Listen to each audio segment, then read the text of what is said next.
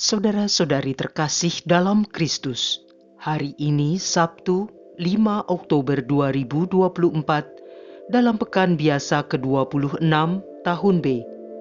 Bacaan dibawakan oleh Maria Clara, Mazmur dilantunkan oleh Maria Paula, dan renungan ditulis oleh Justinus.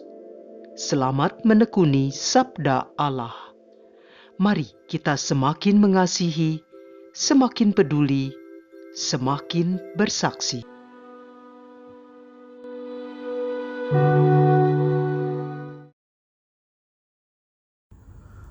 Dalam nama Bapa dan Putra dan Roh Kudus. Amin. Ya Allah, kami bersyukur atas kasih karunia-Mu hingga hari ini.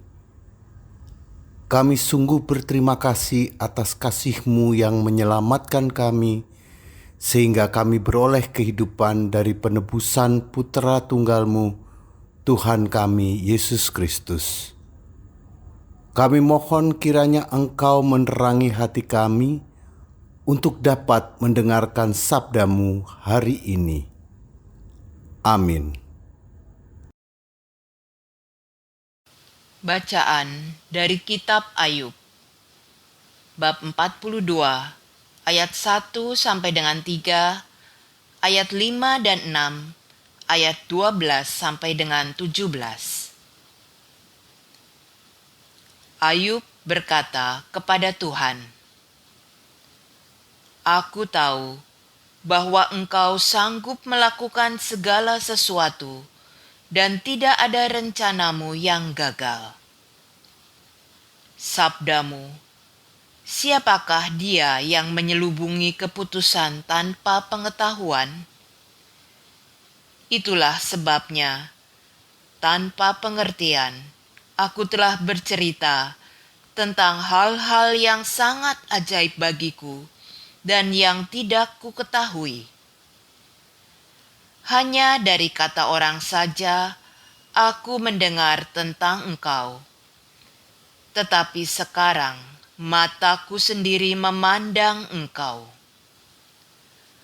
Oleh sebab itu, aku mencabut perkataanku, dan dengan menyesal, aku duduk dalam debu dan abu."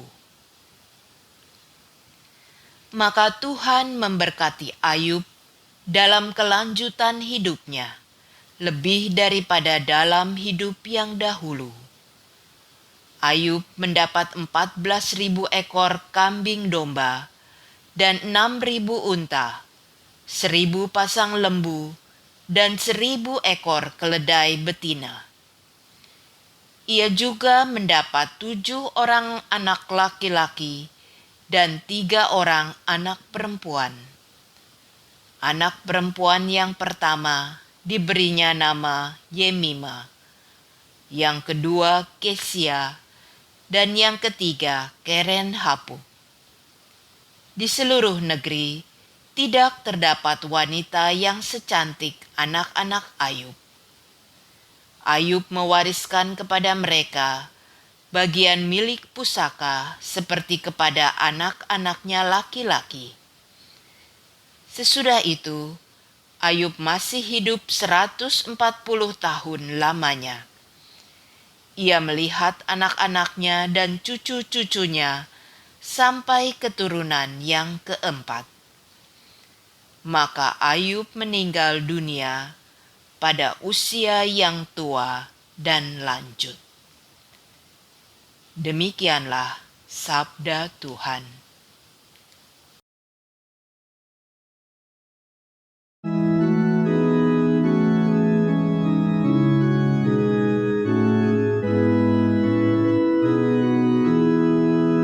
Sinarilah hamba-Mu ya Tuhan dengan wajah-Mu.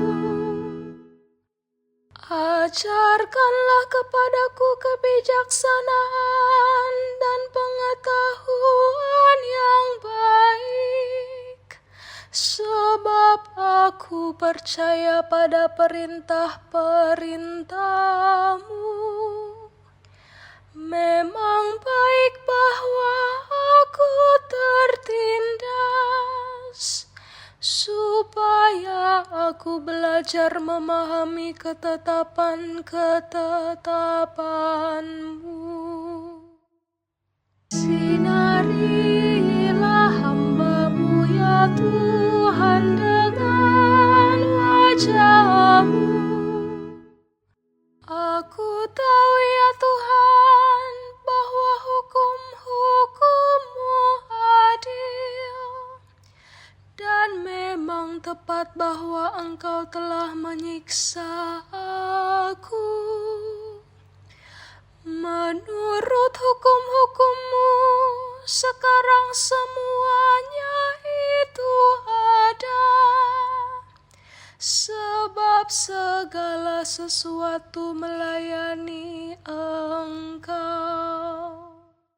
Sinarilah hamba-Mu ya Tuhan dengan wajah-Mu. Hamba-Mu lah aku ini, buatlah aku mengerti, supaya aku paham akan peringatan-peringatan-Mu. Bila tersingkap, firman-Mu memberi terang, memberi pengertian kepada orang-orang bodoh. Sinarilah hamba-Mu ya Tuhan dengan wajah-Mu.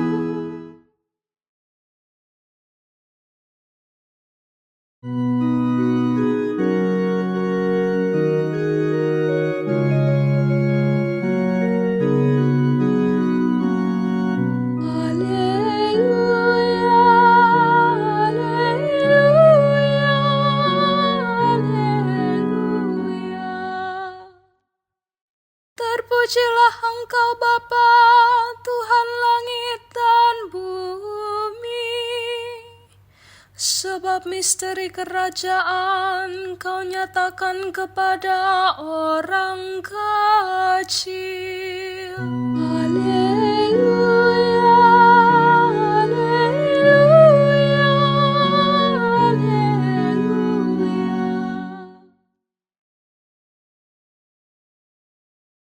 Inilah Injil suci menurut Lukas, bab 10 ayat 17 sampai dengan 24. Pada waktu itu, ke-72 murid Yesus kembali dari perutusannya dengan gembira dan berkata, "Tuhan, setan-setan pun takluk kepada kami demi nama-Mu." Lalu kata Yesus kepada mereka, "Aku melihat iblis jatuh seperti kilat dari langit. Sesungguhnya Aku telah memberikan kalian kuasa untuk menginjak-injak ular dan kalajengking, dan kuasa untuk menahan kekuatan musuh, sehingga tiada yang dapat membahayakan kalian. Namun demikian, janganlah bersukacita karena roh-roh itu takluk kepadamu, tetapi bersukacitalah karena namamu terdaftar di surga." Pada waktu itu juga, bergembiralah Yesus dalam Roh Kudus dan berkata, "Aku bersyukur kepadamu ya Bapa, Tuhan langit dan bumi, karena semuanya itu Kau sembunyikan bagi orang bijak dan pandai, tetapi Kau nyatakan kepada orang kecil. Ya Bapa, itulah yang berkenan di hati-Mu. Segala sesuatu telah diserahkan kepadaku oleh Bapa-Ku, dan tiada seorang pun yang tahu siapakah anak selain Bapa, dan siapakah Bapa selain anak, dan orang yang kepadanya anak berkenan menyatakannya. Sesudah itu, berpalinglah Yesus kepada para murid dan berkata, "Berbahagialah mata yang melihat apa yang kalian lihat. Karena aku berkata kepadamu, banyak nabi dan raja ingin melihat apa yang kalian lihat, tetapi tidak melihatnya, dan ingin mendengar apa yang kalian dengar, tetapi tidak mendengarnya." Demikianlah sabda Tuhan.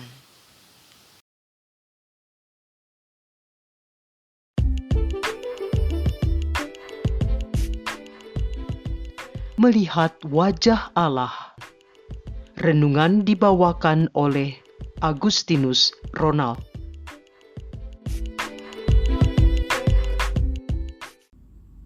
Shalom Aleichem. Mendengarkan sabda Tuhan hari ini membuat saya merenung bagaimana saya dapat melihat wajah Allah seperti Ayub dan 72 murid Tuhan Yesus. Logika iman saya menjawab renungan saya, katanya, "Nanti setelah engkau kembali ke rumah Bapa, engkau akan melihat wajah Allah selamanya." Masa saya harus menunggu nanti? Saya merindukan melihat wajah Allah. Saya pun teringat akan sabda Tuhan yang menyatakan bahwa orang-orang yang engkau beri makan ketika mereka membutuhkan, engkau beri pakaian ketika mereka telanjang karena tidak memiliki pakaian, engkau kunjungi mereka ketika mereka di penjara, mereka adalah Tuhan Yesus. Untuk itu, saya dapat melihat wajah Allah dalam diri mereka. Tetapi saya sudah melakukan hal itu semua. Saya sudah membagi-bagikan makanan kepada mereka yang membutuhkan melalui aksi-aksi sosial bersama lingkungan. Saya sudah memberikan pakaian-pakaian layak pakai kepada daerah-daerah bencana. Saya sudah melakukan pelayanan kunjungan ke penjara bersama teman-teman paroki. Lalu, kenapa saya belum merasakan melihat wajah Allah dalam diri mereka? Saya membaca kembali pesan-pesan Paus Fransiskus dalam kunjungan apostoliknya ke Jakarta bulan lalu. Berikut pesan Bapa Suci yang mengena bagi saya. Paus menceritakan kisahnya ketika mendengar pengakuan dosa dari seseorang yang ia jumpai. Paus menanyakan, "Apakah saudara pernah memberi sedekah? Kalau pernah, apakah pernah menyentuh dan memandang mereka?" Paus berpesan bahwa kita tidak hanya memberi, namun juga harus menyentuh dan memandang wajah mereka. Itulah yang dimaksudkan jaringan kasih. Apakah ketika saya melakukan kegiatan-kegiatan karitatif itu, saya sudah benar-benar menyentuh dan memandang mereka? Ataukah saya melakukan kegiatan karitatif hanya sekedar mengikuti program saja dan memperlakukan para penerima bantuan hanya sebagai objek foto-foto untuk kemudian saya bagikan di media sosial sehingga saya mendapatkan like yang banyak? Ataukah saya sangat aktif berkomunitas hanya agar nama saya diakui dan mendapatkan privilege dari pengurus gereja? Misalnya, saya kemudian beroleh perlakuan khusus oleh pastor paroki jika memerlukan pelayanan sakramen dan sakramentali, tanpa benar-benar menyentuh dan memandang mereka. Bagaimana harapan mereka? Bagaimana mereka menanggung derita saat ini? Semua jawaban itu hanya berdasarkan asumsi saya. Asumsi yang dibangun dari kisah-kisah yang disampaikan oleh orang lain melalui media. Mirip dengan Ayub yang merasa mengenal Allah dari perkataan orang. Hanya dari kata orang saja aku mendengar tentang Engkau. Aku pun ingin seperti Ayub yang melihat wajah Allah. Tetapi sekarang mataku sendiri memandang Engkau. Lalu bagaimana saya bisa memandang wajah Allah atau bahkan berkomunikasi dengannya? Kisah Tuhan Yesus melalui Santo Matius Penginjil beberapa hari ini menginspirasi saya. Tuhan Yesus mengutus 72 muridnya untuk pergi ke kota-kota dan live in bersama keluarga-keluarga yang menerima mereka. Live in. Hidup bersama mereka dan merasakan keseharian bersama mereka. Menyentuh dan memandang mereka. Sehingga ke-72 murid Tuhan Yesus itu memahami apa yang menjadi harapan mereka. Ke-72 murid Tuhan Yesus menyembuhkan orang-orang sakit dan mengusir setan-setan. Kata murid-murid Tuhan Yesus, "Tuhan, setan-setan pun takluk kepada kami demi nama-Mu." Lalu Tuhan Yesus melarang ke-72 muridnya untuk memegahkan diri dan bersuka cita karena roh-roh itu takluk kepada para murid. Tetapi bersukacitalah karena nama-Mu terdaftar di surga. Sabda Tuhan hari ini membawa saya pada permenungan bagaimana sebaiknya saya harus melayani sesama yang benar-benar membutuhkan uluran tanganku. Karena wajah Allah hadir dalam sosok saudara dan saudariku yang lemah, miskin dan terpinggirkan. Sabda Tuhan hari ini juga mengingatkan saya bahwa janganlah saya melayani dengan pamrih duniawi dan bersukacita atasnya, tetapi saya melayani agar nama saya terdaftar di surga.